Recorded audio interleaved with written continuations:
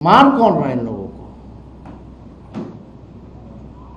ये सवाल जो है लगातार इन्वेस्टिगेशन जिस प्रकार से पुलिस कर रही है, इस मामले में हम कह सकते हैं कि ये वायलेशन ऑफ बीएनएस प्रोविजन है।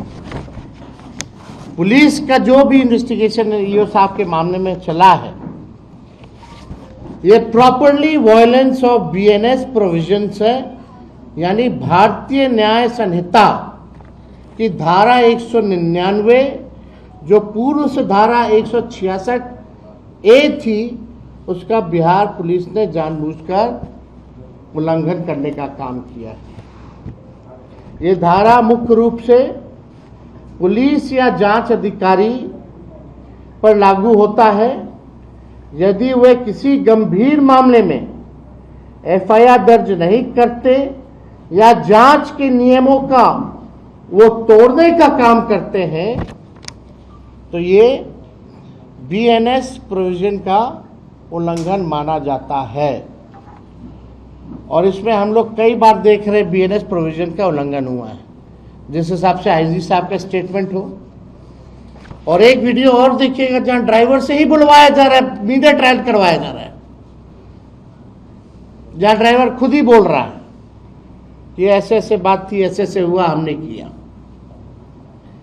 ये प्रॉपरली वेल स्क्रिप्टेड है, जानबूझ करके ये तोड़ा जा रहा है ताकि जो दोषी जो विधायक है, जो रंगदारी वसूली करता था, उसको बचाने का ये प्रयास ये सरकार जो है कर रही है। अब ये पुलिस के लोगों को या खास तौर पे गृह मंत्री जी को आकर के, मुख्यमंत्री जी को आके बोलना चाहिए कि बीएनएस का उल्लंघन है कि नहीं है, और क्यों दोषियों को बचाया जा रहा है, क्यों नहीं जो परिजन जिस एंगल से कह रहे हैं,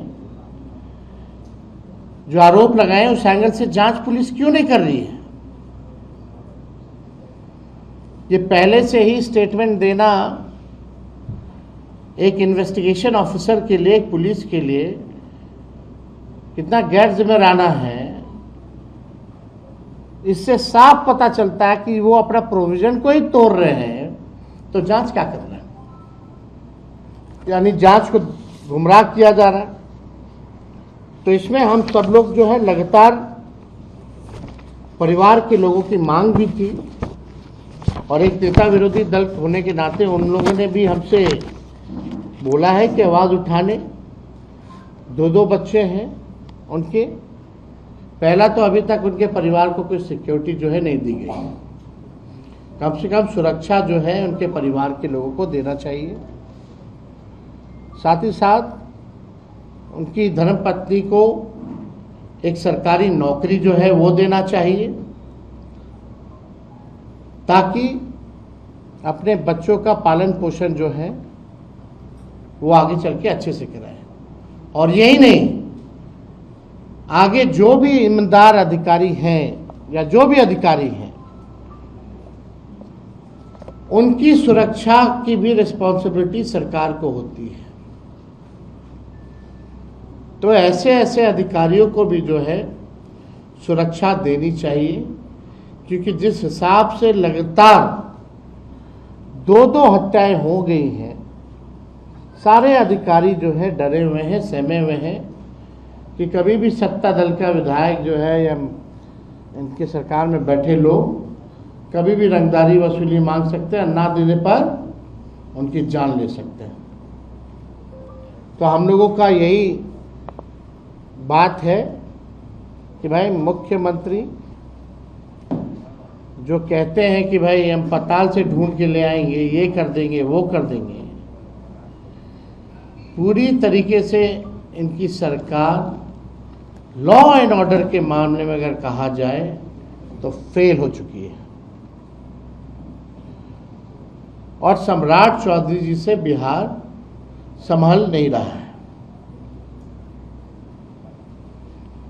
इसमें अभी भी मौका है कि भाई आप ही के सरकार के अधिकारी हैं, उनके परिवार को बुला करके मिल लीजिए, उनकी जो समस्याएं हैं उसको दूर कीजिए।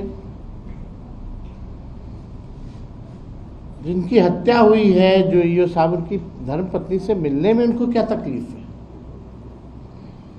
वो पूरी बात बताएंगी। कैसे विधायक जो है फोन करता था, कैसे वसूली मांगता था और कैसे मिल करके साजिश रचने का काम किया। तो इस मुद्दे को, ये मामूली मुद्दा नहीं है, ये गंभीर मामला है और लगातार इसी प्रकार से अगर हत्याओं का दौर चलेगा तो बिहार में तो ऐसे ही कोई काम नहीं हो रहा। अब जो अधिकारी जो है एग्जीक्यूटिव वर्क में जो करते हैं, एग्जीक्यूट जो करते हैं, उनका मनोबल जो है पूरी तरीके से चकनाचूर हो गया। तो और कोई सवाल इस विषय में अगर आप लोगों के पास होगा तो आप लोग पूछ सकते हैं। अभी है आम पर पूछ लीजिएगा और सबके बाद।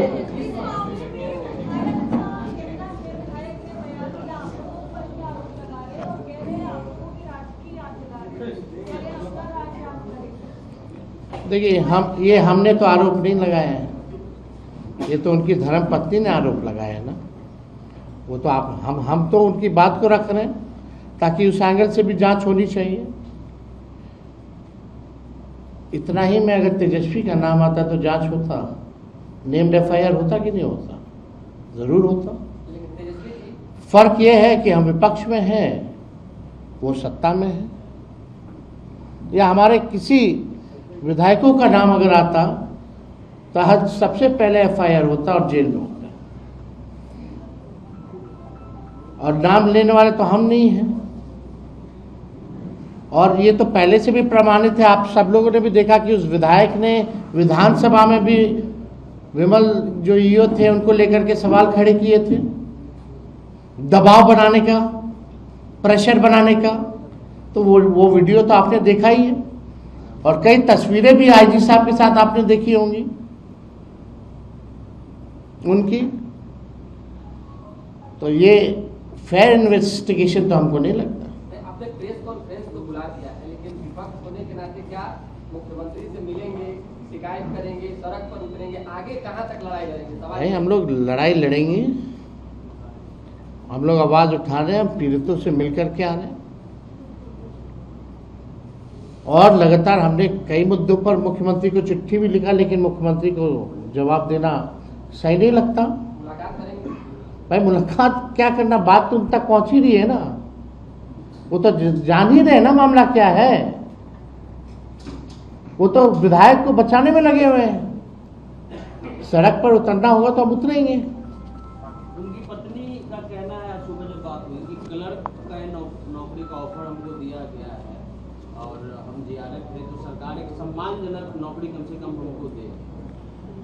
अब हम तो वही बात कह रहे हैं कि जिससे उनकी आर्थिक स्थिति सुधरी रहे, वो अपने बच्चों का भविष्य बेहतर बना सके, कम से कम ऐसी नौकरी मिलनी चाहिए। छोड़ने की भी बात वो कह रही थी कि बिहार में छोड़ देंगे, बैंगलोर सब लोग तो छोड़ ही रहा है, कौन बचा कौन? चुनाव में जो करारी हार मिली राजद को, जमानत जब्त हो गया, क्या कहेंगे? देखिए, जनादेश का जो भी मैंडेट जो है उसको हम लोग जो है स्वीकार करते हैं, लेकिन ये जनता का आक्रोश बीजेपी के सरकार पर था, मुख्यमंत्री पर था और उनके गलत नीतियों पर था।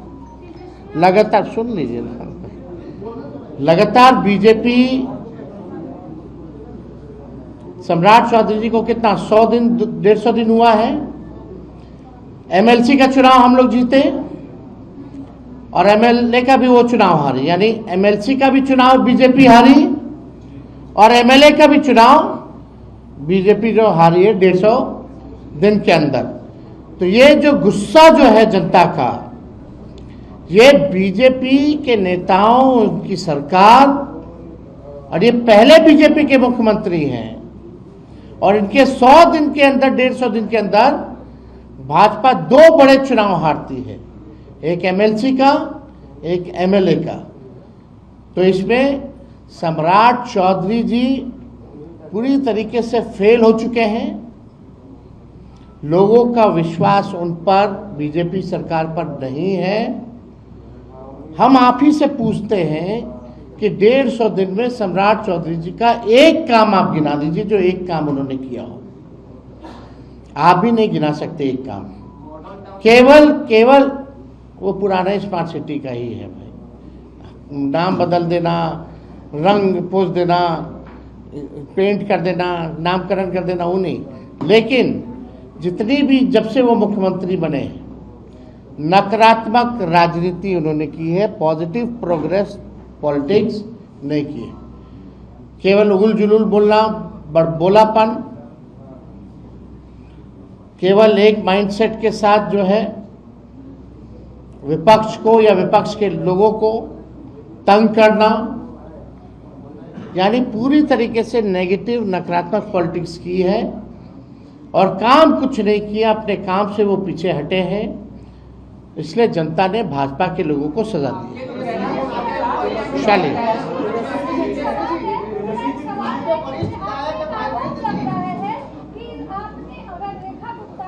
अरे भाई आप अभी इस मामले में आइए। चलिए अब बोल, जो बोलना था बोल दीजिए। चलिए एक मिनट, क्या पूछ रहे? एक मिनट भाई। राष्ट्रीय जनता दल के फेवर में क्यों नहीं आया? क्या राष्ट्रीय जनता दल के फेवर में क्यों नहीं आया? जल्दी आएगा, आप चिंता मत कीजिए।